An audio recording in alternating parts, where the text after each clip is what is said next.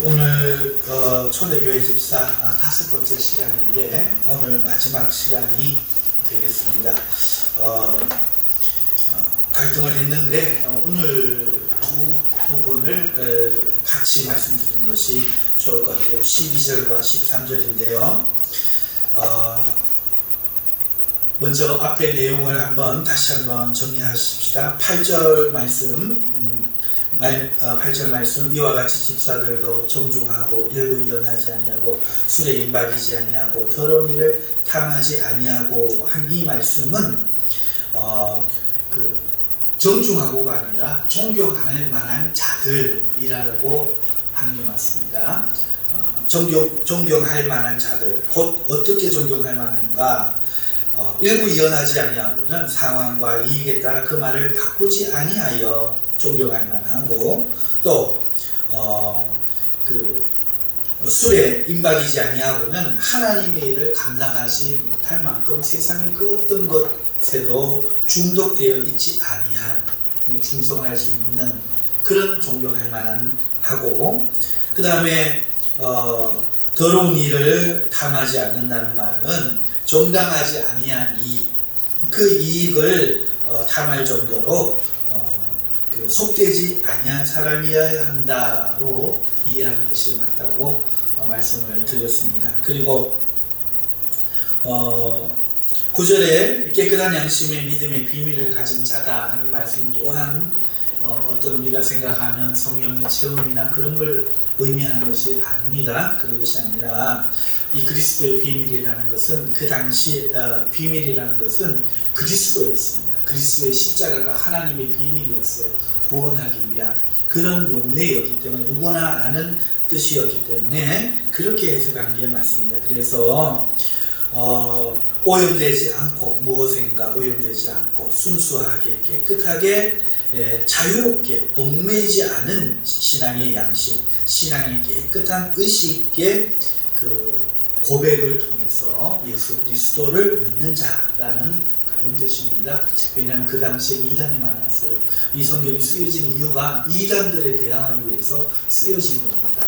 그래서 구약은 성경이 아니고 신약만 성경이다, 사복음서만 성경이다, 이런 사람들부터 시작해서 교회 안에서 어떤 음식을 먹으면 안 된다 등등 여러 가지 이단들이 존재했기 때문에 이런 것들에 물들지 아니하고 교회의 고백을 함께 깨끗하게 고백하는 그런 마음, 그런 이해의 예수 그리스도를 믿는 사람이란 뜻이 이 뜻입니다. 10절의 뜻입니다.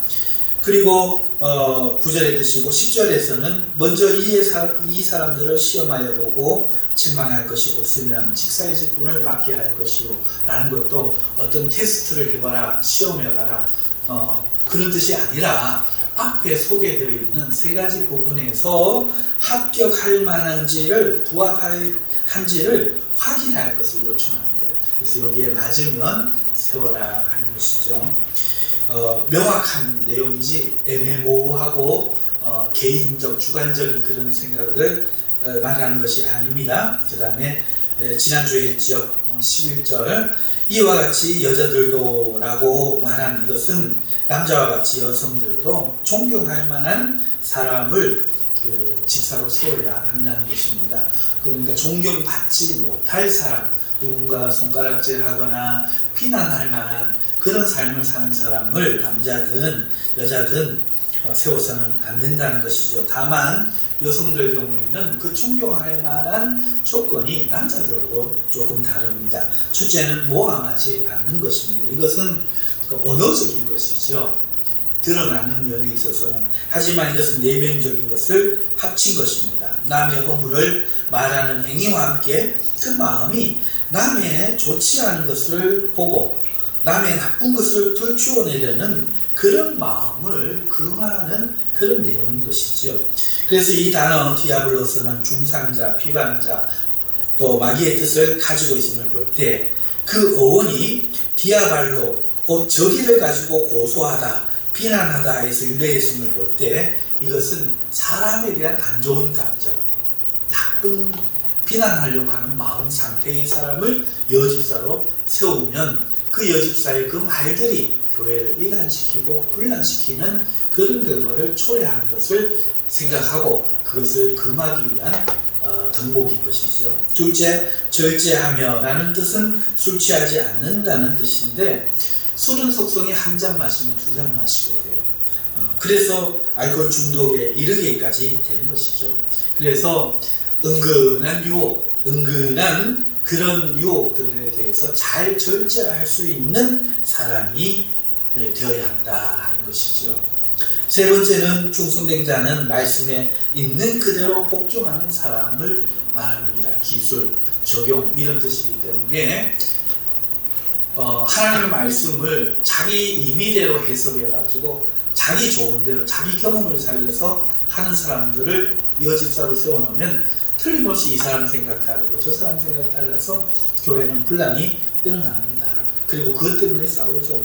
지금 그런 일을 저는 주위에서 많이 봤습니다. 하나님의 말씀대로입니다. 그리고 두 번째는 교회의 방침대로입니다. 자기의 생각대로가 아니라 충성된 사람, 있는 그대로 복종하는 사람을 세워야 한다. 이렇게 지난주에 살펴보았고요. 오늘은 잠시 이 여집사와 남집사로 나누어졌던 이 집사의 직분에 관한 문제를 이제 다시 총괄적인 집사의 직분으로 마무리하는 12절, 13절의 말씀을 이제 우리가 들어갑니다. 자, 여기에 보면은 집사들은 하나의 남편이 되어 자녀와 자기 집을 잘 다스리는 자일지니, 이 말씀을 보면은 우리 한국어로 보면은 그 비라는 의미, 비동사의 의미, 존재, 상태의 의미는 별로 드러나지 않아요. 그리고 뭔가 이렇게 두인, 행동의 의미가 많이 드러납니다. 그래서 하나의 남편이 되며 그 다음에 자녀와 자기 집을 잘 다스리는 행동이 구비되어야 한다라는 이런 느낌이 상당히 강합니다. 그러나 이 말씀은 존재의 의미, 경험의 의미가 상당히 더 큽니다. 왜 그런지 설명을 드릴게요.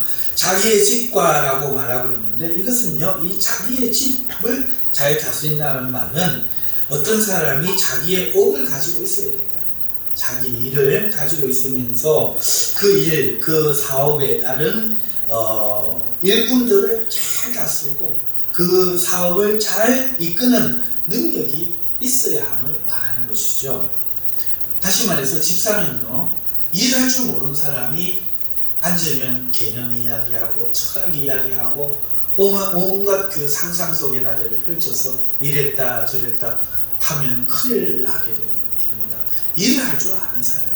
사랑의 사업을 할 줄 알고 계획을 세울 줄 알고 사람들을 동원할 줄 알고 사람을 이끌 줄 알고 격려할 줄 알며 앞으로 생길 일이 어떤 것인지 예상할 줄 아는 그런 사람들을, 남녀 지혜 있는 사람들을 세워야 하는데 이것이 자기 집을 잘 다스린다는 의미예요.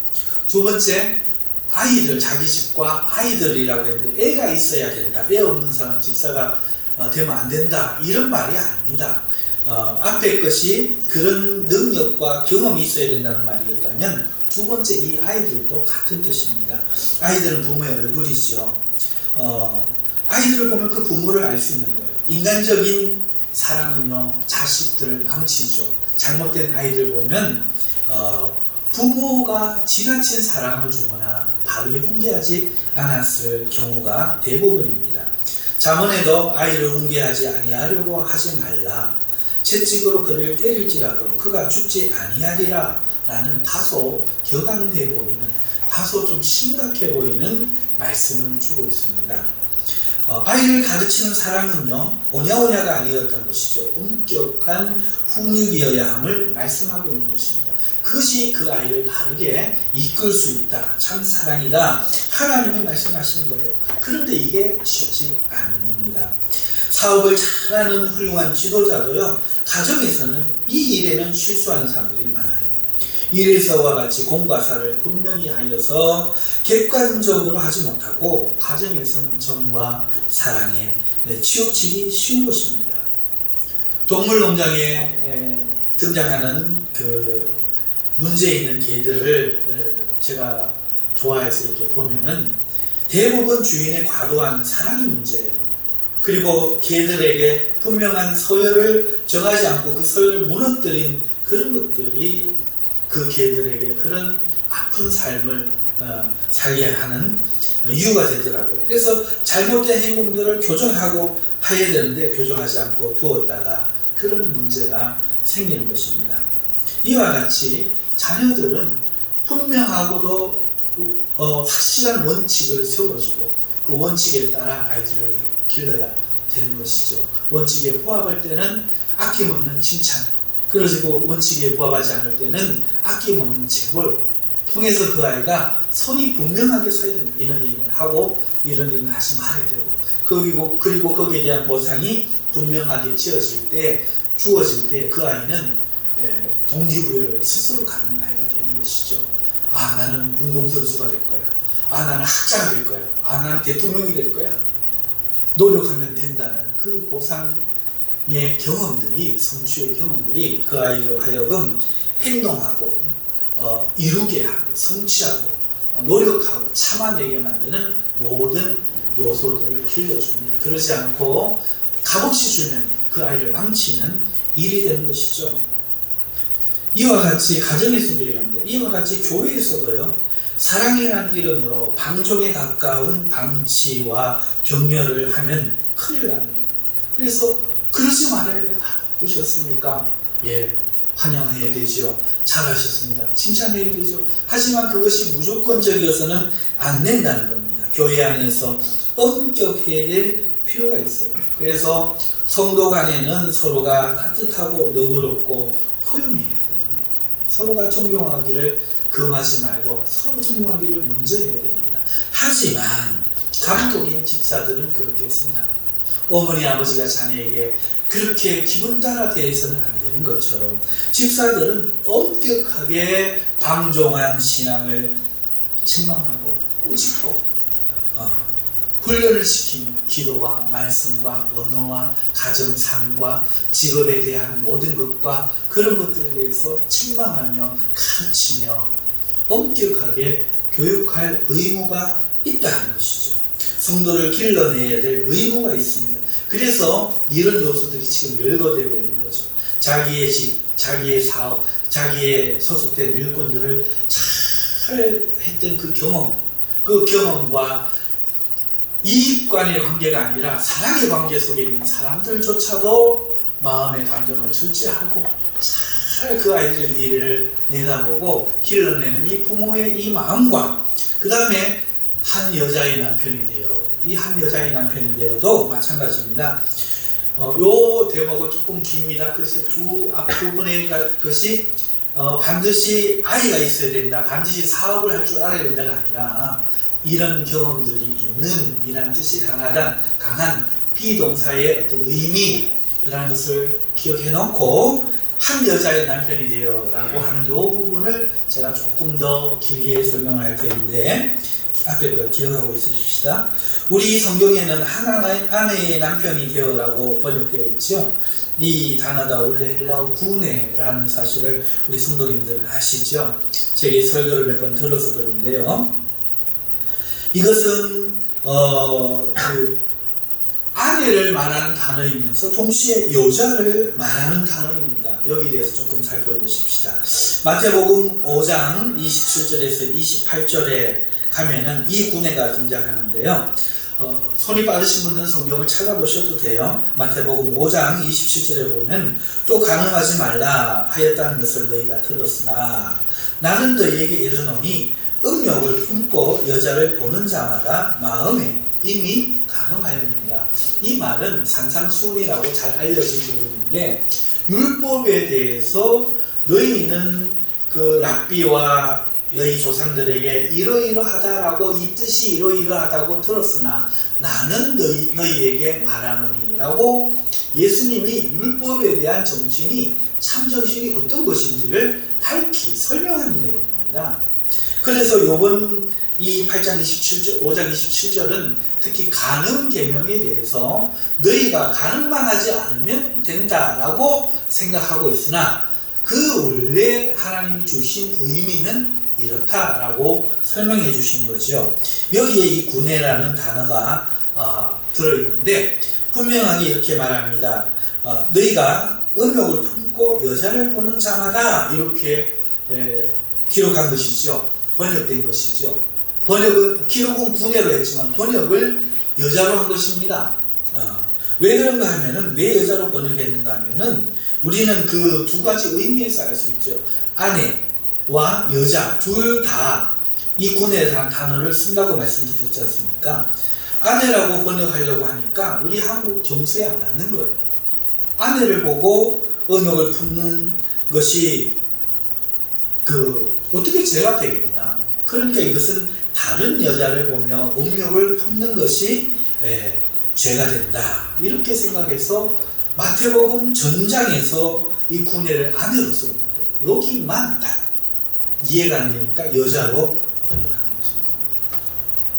그런데 사람이 그 말을 할 때마다 항상 말투가 있어요.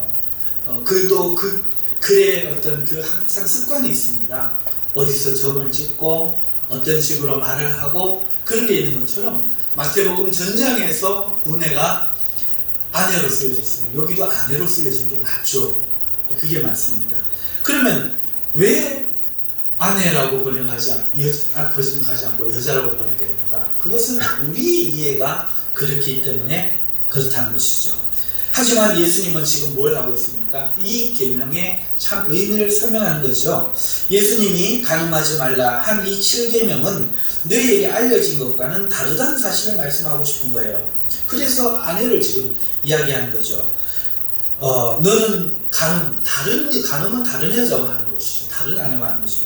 너희는 간음하지 말라고 한 그 말을 너희는 들었지만 나는 말하노니 너희가 아내를 보고도 마음의 음욕을 품으면 간음한 것이다.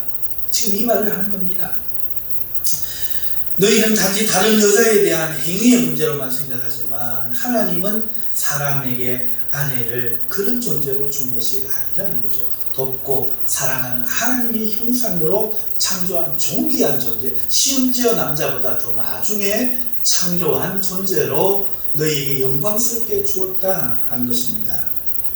그런데 남자들이 그러지 못하고 결혼했다고 해서 여자를 성욕의 대상으로만 대하는 것이 바로 실상의 모습이죠. 현실의 모습입니다.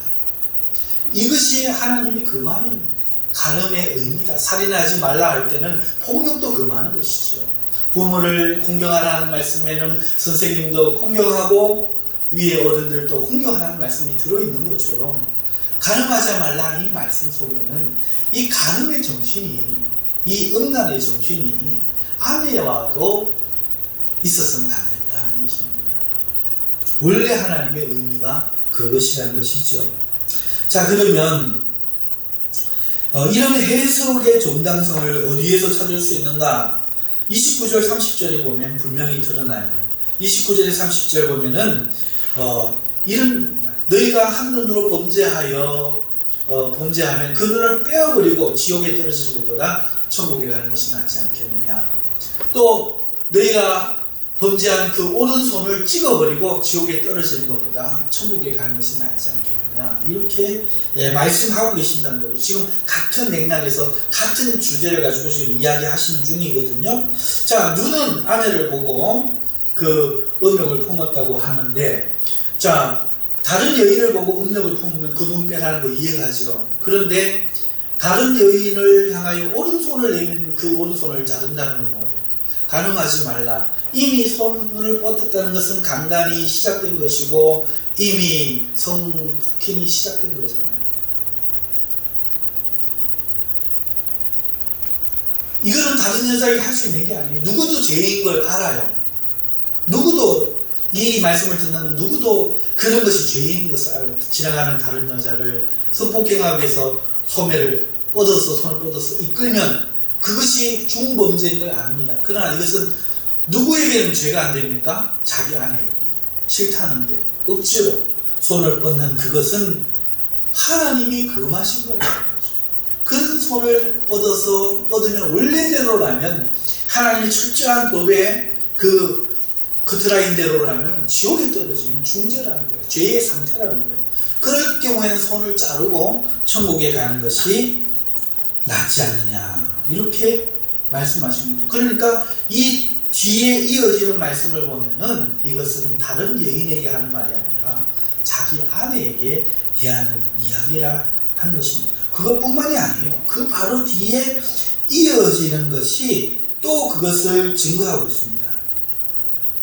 결혼 제도죠. 31절에서 32절에 나온 어떤 사람이 결혼을 하고 이혼을 하는 거예요. 왜? 이혼을 하고 다른 여인을 음욕을 품고 결혼을 하면 결혼한 여자이기 때문에 그 간음에서 해당되지 않잖아요. 결혼 제도를 악용하는 거죠. 그래서 모세의 법에 이혼할 사람 이혼 증서를 써주라고 말을 한 것처럼 그거를 빌미 삼아서 심지어 밥을 태워도 이혼했다고 합니다. 옆집 여자가 맞는데 버림받은 거야. 다른 남자, 그 남자가 다른 여자가 마음에 들어서 결혼했고 사모하고 있었던 거예요. 그러니까 내 아내를 밥 태웠다는 이유로 이혼 사유에 해당하고 헤어지는 거예요. 그리고 결혼하는 거예요. 이렇게 결혼하는 것은 아무리 해도 간음죄에 해당되지 않는 거죠. 손 씻는 규정을 정해줬더니 종지에 물을 떠놓고 이렇게 하면 정결해. 요거 안 했다고 예수님 보고 어떻게 손도 안 씻고 식사를 하시노?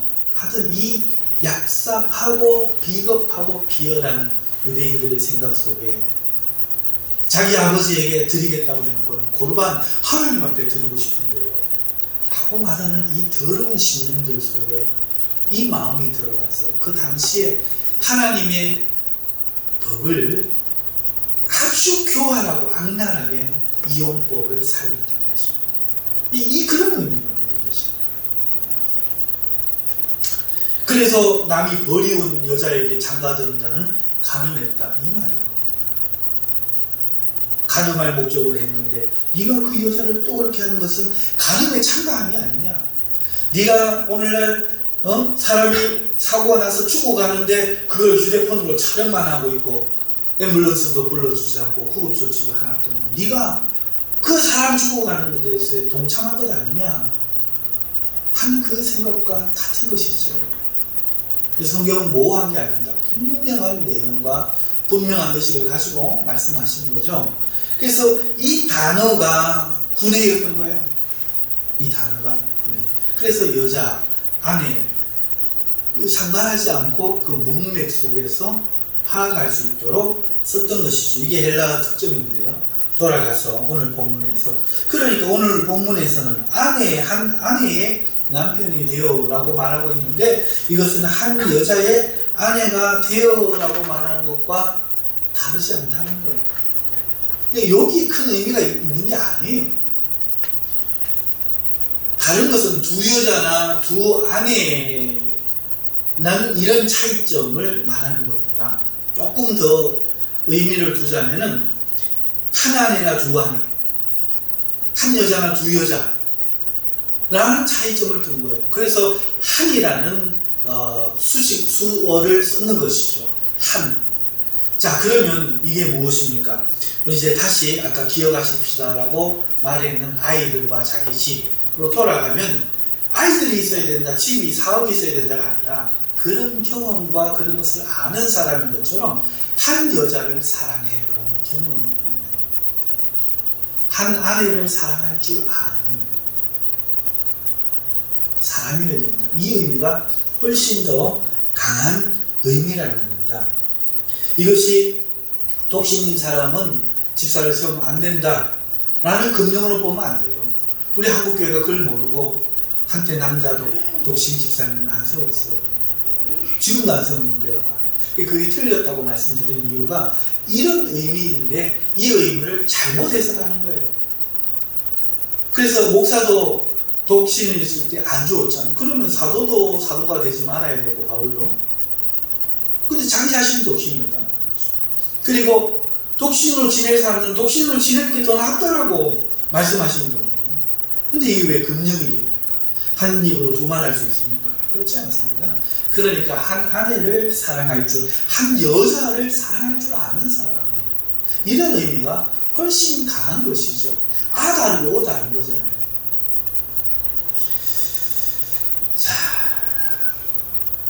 그래서 이 말씀을 조합해 보면은 어떤 의미가 많이 드러나느냐? 자기식과 자기 아이들을 잘 다스리는 것과 같은 맥락 속에서 이 자기 아내를 잘 사랑할 수 있는 사람으로서 이 교회를 그렇게 사업처럼 다른 사업에 이끄는 자기가 다스려야 될 사람들을 자기 직원처럼 잘 격려하고 이끌고 사랑의 자녀들을 엄격하게 훈련할 수 있는 것처럼 잘 그렇게 할 수 있고 이 교회를 자기 아내 사랑하듯이 사랑할 줄 아는 여자를 대할 줄 알듯이 힘으로 하지 않는 그런 대함, 정중하고 여자를 성욕의 대상으로 대하는 것은 안 된 것처럼 내가 여기서 권력의 대상, 내가 장로인데 내가 집사인데 내 말 들어가 아니라 그들을 세우고 바르게 세워줄 줄 아는 그런 사랑할 줄 아는 마음을 가진 그런 사람을 세워야 된다는 것이 12절입니다. 그래서 12절의 의미를 그런 의미로 가지고 다시 한번 보시죠. 집사들은 한 아내의 남편이 되어 자녀와 자기 집을 잘 다스리는 자일진이 이런 능력이 있는 이런 이해가 있는 사람이라는 거죠. 자, 그러니까 제가 뜬금없이 행위의 어떤 해라는 말이 아니라 조건의 말이 아니라 이런 상태 그런 말씀이다를 앞에 설명한 이유인 것입니다. 여러분 특히 어떠십니까? 결혼을 안 하면 집사가 되지 못하고 사업을 하지 못하면 그런가요? 아이가 없는 독신은 어떡할까요?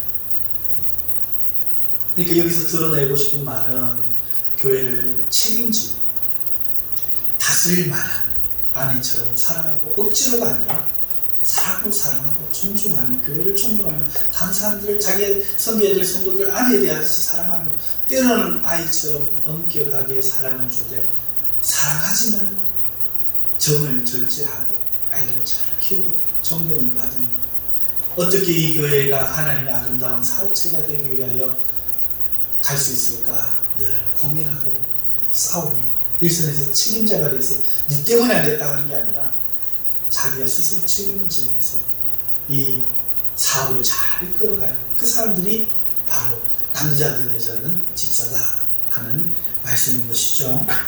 자, 그리고 이제 오늘 마지막으로 할 13절 말씀해 보면 이러한 직분을 잘한 자들에 대한 보상이 소개되고 있습니다.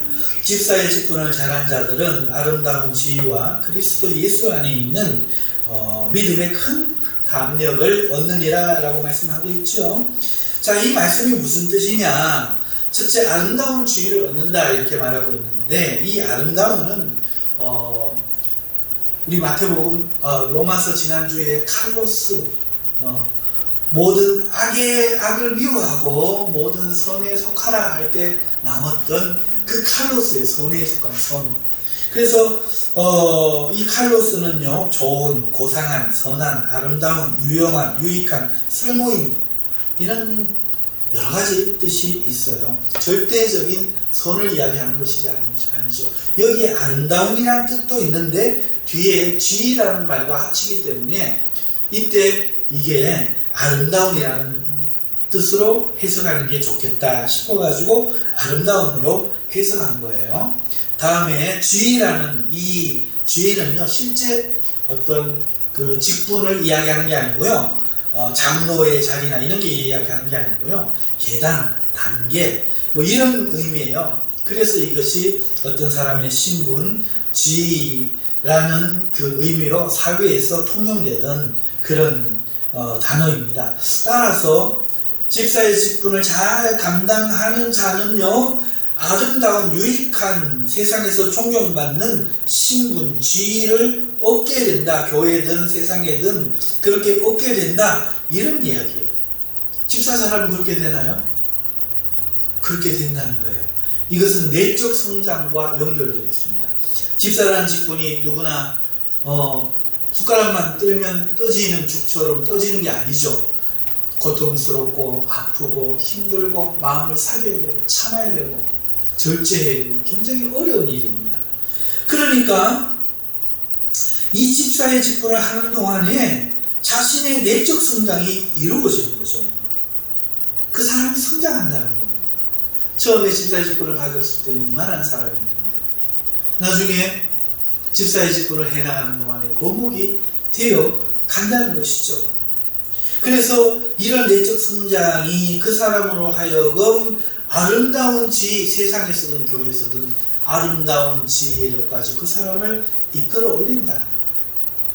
노력하지 않는 사람, 가만히 있는 사람에게 결코 아름다운 지위는 합당하지 않습니다. 그런 사람에게 대통령을 시키면 나라를 말아먹죠.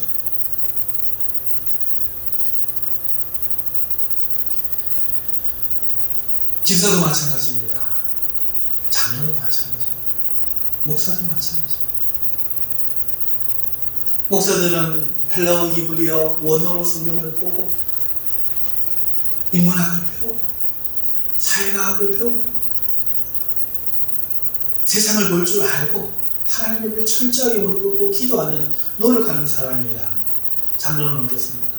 어머니의 심정을 가지고 온 성도들의 아픔을 가지고 아파 눈물로 기도하며 그들을 위해 몸부림치며 그들을 도울 수 있는 것이 무엇인 줄 알아 발벗고 났을 때 그때 그 역할을 감당할 수 있는 것이죠. 그러지 않은 교회는 권위주의가 됩니다. 목사 섬겨라, 장로 안 주네, 다른 교회 간다. 멍멍이 싸움하는 데입니까? 극하다가 교회 옮겨다니게. 한국 교회가 그래서 망한 거예요. 시정돼요. 성경을 받는 자리가 아니라 섬기는 자리요, 권위를 내세우는 자리가 아니라 권세 있게 일을 해야 되는 자리입니다. 그래서 여기에 성장하는 사람들은 시간이 지날수록 더 큰 일도 감당할 수 있는 내적 성장이 이루어진다는 거죠. 그래서 아름다운 지위를 얻는다는 것이 그런 의미입니다. 두 번째로 담력을 얻는다라고 말하고 있습니다. 이 담력 파르레시아는요, 개방, 밝히 드러냄, 혹은 신뢰, 확신, 대담함, 솔직 등의 의미를 가지고 있어요. 무슨 헬라어는 이렇게 뜻이 많답니다. 이게 무슨 말이냐? 이게 다 해당되는 거예요, 이 단어가. 담력이라는 단어가. 여러분, 성격과 말에 있어서 어떤 사람이 자신과 남에 대해 솔직한 사람, 자유롭게 말하는 사람이 있어요. 하지만 이것은 굉장히 어려운 일 아닙니까? 잘못하면 이 솔직함은요, 몰상식과 무례가 됩니다. 자격이 되지 않는데 거침없이 말하면 그는 이미 인격이 파탄된 사람이에요. 말을 함부로 하는 사람, 볼일 없는 사람이죠. 자, 그런데도 불구하고 말과 성격에 있어서 자신이 솔직하게 자유롭게 말하는 사람이라는 어떤 사람입니까? 말이 솔직하고 자유로우려면요, 담력이 있어야 돼요. 여기 그런 뜻이라는 거죠. 담력이 있어야 되는데 어떻게 담력이 있느냐? 즉, 온 세상에 대해서 자신이 어떻게 살아왔는지를 밝히 드러내고 개방되어야 된다는 거예요. 담력이 있는 뜻대로. 내 살아온 길을 사람들이 알아. 어떻게 참았고, 어떻게 교회를 위해 수고했고, 어떻게 본이 되었고, 어떻게 모욕을 견뎠고, 어떻게 형제를 사랑했는지를 세상이 밝히 드러내어졌고 개방되어져. 그래서 개방, 밝히 드러내면 신뢰, 확신, 담대함 등등이 있는 거예요. 자, 이런 사람이 개방되어 있어야 모든 사람의 신뢰를 받고 저 사람이라면 저렇게 말할 권리가 있다, 저렇게 말할 수 있지, 확신을 줄 수 있는 사람, 그런 사람이 이것저것에 치우치지 않고 개인의 입장이 아니라 공적인 합당한 말을 솔직하게 할 때 그 말이 비로소 자유로울 수 있다는 거죠. 무례해지지 않고 무가치해지지 않고. 이게 없는 사람이 말을 함부로 하면 간섭하고 나서고 회장 할 말이 있습니다 그러고 하면 그건 인격 파탄자예요. 그건 상처를 내는 사람이죠. 그래서 이 집사의 직분을 통해서 교회를 사랑하고 내적 성장을 잘 이룬 사람은 이런 담력을 얻는다는 거예요. 저절로 생길 수밖에 없다는 거죠. 고귀하고 존귀한 사람이 된다. 직분, 자리가 사람을 만든다 라는 말은 어떤 의미에서는 틀린 거예요. 사람이 받은 자리에 앉아야 되는 거예요. 지금 하나님 말씀이 그걸 말하는 거죠. 말씀을 맺습니다. 집사는 남자도 여자도 존경할 만한 사람을 세워야 합니다. 그것은 교회가 하는 일이에요. 그래서 교회가 특히 당회가 이 일에 목숨 걸어야 됩니다. 받은 사람 세우는 일에. 집사를 명의직으로 주면 안 돼요. 남자 집사는 오염되지 않는 신앙 고백을 할 줄 알아야 되고 믿음에 깨끗하며 상황에 따라 말을 변개치 않으며 주의 일에 걸리는 중독된 것들에서 깨끗해야 되고 정당하고 바람직한 재물 외에는 취하지 않는 그런 사람이어야 합니다. 여자는 언어와 마음에 있어서 남을 사랑할 줄 알며 자신을 절제할 줄 알고 변하지 않는 충성스러움이 있어야 합니다. 집사의 직분은 남자든 여자든 가능하지만 삶에서 경험으로 그 자격을 최소한 증명할 수 있는 사람들로 세워야 되고 이런 직분을 사모해야 합니다. 성장해 나가야 됩니다. 평신도도 나는 그걸 못해 라고 있어서는 안 됩니다. 성장해야 한다는 것이죠. 그것이 이 말씀을 주는 이유인 것입니다. 그리고 이 성장이 주님이 기뻐하십니다. 하나님 나라는 자기 밭에 갖다 심은 겨자씨가 하나님 나라는 죽은 씨가 없어요. 하나님 나라는 전부 생명의 나라입니다. 작아도 능히 생명이 있어서 성장하는 나라. 그래서 10년 전과 오늘 똑같은 성도는 죽은 성도.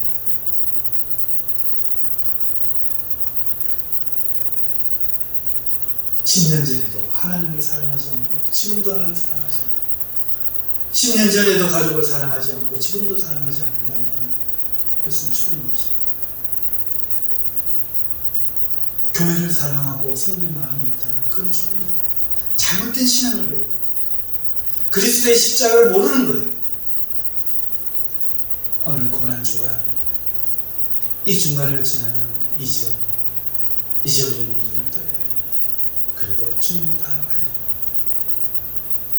우리를 위해 친히 앞서가신 그 주님은 이 일들을 다 감당하셨습니다. 그리고 이제 우리는 더 이상 덩치 큰 젊은이가 아닙니다. 이제 우리는 어른이 되어야 되죠. 사랑의, 지혜의, 믿음의 어른이 되어야 할 줄 믿습니다. 집사의 직분을 사모하시는 여러분 되시길 주님으로 축원합니다. 기도하겠습니다.